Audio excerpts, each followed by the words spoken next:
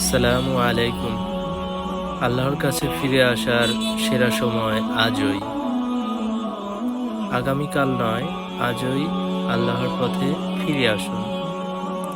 মৃত্যুর সময় কেউ জানে না, তাই তওবা দেরি করবেন না। যত বড় গুনাহই হোক, আল্লাহর রহমত তার চেয়েও বড়।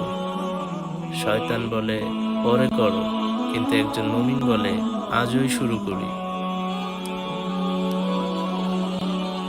আজ থেকেই নামাজ, কুরআন তেলাওয়াত ও গুনাহ থেকে বেঁচে থাকার সংকল্প করুন।